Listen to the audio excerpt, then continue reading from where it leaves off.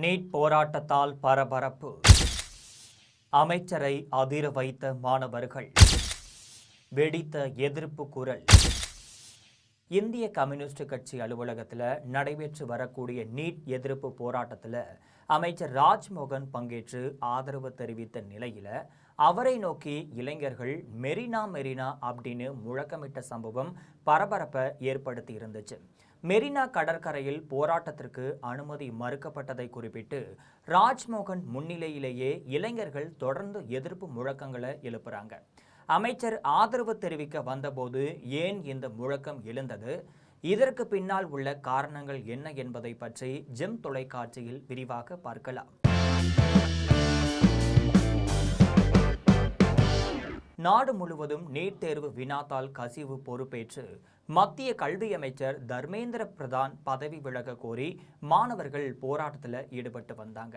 கரப்பான் பூச்சி ஜனதா கட்சி முன்னெடுத்த இந்த போராட்டம் பல்வேறு நகரங்களுக்கு வேகமாக பரவுச்சு. கரப்பான் பூச்சி ஜனதா கட்சியின் இந்த போராட்டத்திற்கு எதிர்க்கட்சிகள், சமூக ஆர்வலர்கள் மட்டும் கிடையாது, திரையுலக பிரபலங்களும் ஆதரவு தெரிவித்தாங்க. இதுக்கு நடுவுல தான் போராட்டத்தில் ஈடுபட்டு வந்த கரப்பான் பூச்சி ஜனதா கட்சி பிரதிநிதிகளுடன் மத்திய பாஜக அரசு சார்பில் பேச்சுவார்த்தையும் நடத்தப்பட்டுச்சு. இந்த நிலையில தான் மத்திய கல்வி அமைச்சர் தர்மேந்திர பிரதான் தனது பதவியை ராஜினாமா செய்வதா அறிவிச்சார். இதுக்கப்புறமா மாணவர்களின் தொடர் போராட்டத்திற்கு மத்திய அரசு பணிந்து விட்டதாக கூறி கரப்பான் பூச்சி ஜனதா கட்சியினர் மட்டும் கிடையாது, போராட்டக்காரர்கள் நாடு முழுவதும் கொண்டாட்டத்தில் ஈடுபட்டாங்க.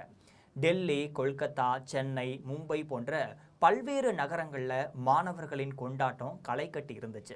சென்னையில் இந்திய கம்யூனிஸ்ட் கட்சியின் அலுவலகமான பாலன் இல்லத்தில் கடந்த ஒரு வாரமாக மாணவர்கள் தீவிர நீட் எதிர்ப்பு போராட்டத்தில் ஈடுபட்டு வந்தாங்க.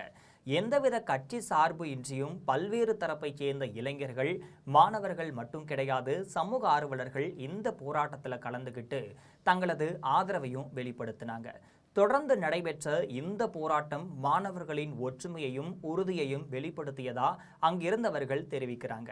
நாளுக்கு நாள் இந்த போராட்டம் தீவிரமடைந்து மாணவர்களின் பங்கேற்பு அதிகரிச்சிச்சு. இதுக்கு நடுவுல தான் போராட்டத்தில் ஈடுபட்ட இளைஞர்கள் மெரினா கடற்கரையில் ஒன்று கூட திட்டமிட்டதா கூறப்பட்ட நிலையில மெரினா கடற்கரையில் பாதுகாப்பு பலப்படுத்தப்பட்டு அணுகலில் கட்டுப்பாடுகள் விதிக்கப்பட்டுச்சு. பொதுமக்கள் தீவிர சோதனைக்கு பிறகே அனுமதிக்கப்பட்டாங்க. இதனால மிகப்பெரிய மக்கள் எழுச்சியாக மாற இருந்த போராட்டத்தை தாவேக அரசு தடுத்து வருவதாக கூறி போராட்டத்தில் ஈடுபட்ட இளைஞர்கள் கடும் அதிருப்தியையும் வெளிப்படுத்த ஆரம்பிச்சாங்க. இருந்த போதிலும் பாலன் இல்லத்திற்கு வந்த இளைஞர்களின் எண்ணிக்கை நாளுக்கு நாள் அதிகரித்து கொண்டே இருந்துச்சு.